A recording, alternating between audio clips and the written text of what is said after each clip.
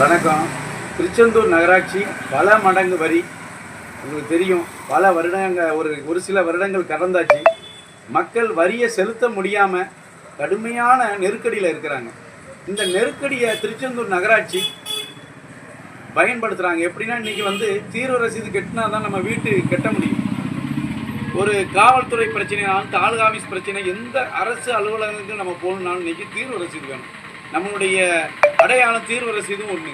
நீங்கள் அந்த தீர்வு ரசீதை போட முடியாமல் திருச்செந்தூர் மக்கள் தவிச்சிக்கிட்டு இருக்கிறாங்க. இந்த சூழ்நிலையை திருச்செந்தூர் நகராட்சி பயன்படுத்தி கட்டாயப்படுத்தி வசூல் பண்ணுறாங்க. இன்றைக்கி 400 ரூபா இருந்த தீர்வு ரசீது 4000 ரூபா கட்ட வேண்டிய சூழ்நிலை. நீங்கள் தூத்துக்குடியில் பாருங்கள், கூடுதல் வரி விதிப்பை கோர்ட்டு தடை பண்ணியிருக்கு. இப்போ தற்காலிகமாக நிப்பாட்டி வச்சு விசாரணை பண்ண சொல்லியிருக்கு.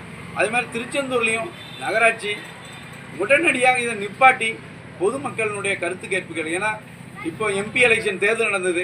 நம்மளுடைய தொகுதியினுடைய அமைச்சர் அனிதா ராதாகிருஷ்ணன் அவர்கள் தேர்தலை புறக்கணித்தாங்க. பொதுமக்கள் உடனடியாக நீங்கள் ஓட்டு போடுங்க, இந்த தேர்தல் முடிஞ்சோன்னா உங்களுக்கு கூடுதல் வரியை நான் ரத்து பண்ணுறதுக்கு முழு நடவடிக்கை எடுக்குன்னு சொல்லிட்டு அங்கே பேசினார். ஒரு அமைச்சர் உறுதிமொழி கொடுத்தார் பொதுமக்களுக்கு.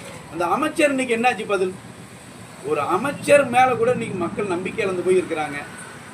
பாரதிய ஜனதா கட்சி சார்பாக தூத்துக்குடி மாவட்ட தலைவர் என்ன பண்ண போகிறார்? ஏன்னா பொதுமக்கள் பாரதிய ஜனதாவுக்கு ஓட்டு அளிச்சிருக்காங்க. இன்னும் வரும் தேர்தலில் முழுமையாக ஓட்டு அளிக்கிறதுக்கு ரெடியாக இருக்கிறாங்க. ஆனால் பாரதிய ஜனதா கட்சி மாவட்ட தலைவரோ மாநில தலைவரோ இதுக்கு என்ன சொல்ல போகிறீங்க? ஏன்னா எங்களுடைய இந்த பகுதியினுடைய மக்களுடைய பிரதிநிதியாக நாங்கள் இருக்கிறோம். ஒரு பாரதிய ஜனதா கட்சியினுடைய உறுப்பினராக இருக்கோம். மக்கள் எங்கிட்ட கேட்குறாங்க, இவங்க பாரதிய ஜனதா கட்சி சார்பாக நீங்கள் ஏன் போராட மாட்டீங்கன்னு கேட்காங்க. நாளைக்கு தேர்தல் வந்தால் ஓட்டு கேட்க தொண்டம் தான் போகணும். இதை உடனடியாக பாஜகவுடைய மாவட்ட தலைவர், தூத்துக்குடி தெற்கு மாவட்ட தலைவர் மேலே நடவடிக்கை எடுத்து இதுக்கு ஒரு நிரந்தர தீர்வு காண்பாருங்கிற பாஜகவுடைய தொண்டனாக என்னுடைய கோரிக்கை வைக்கிறேன்.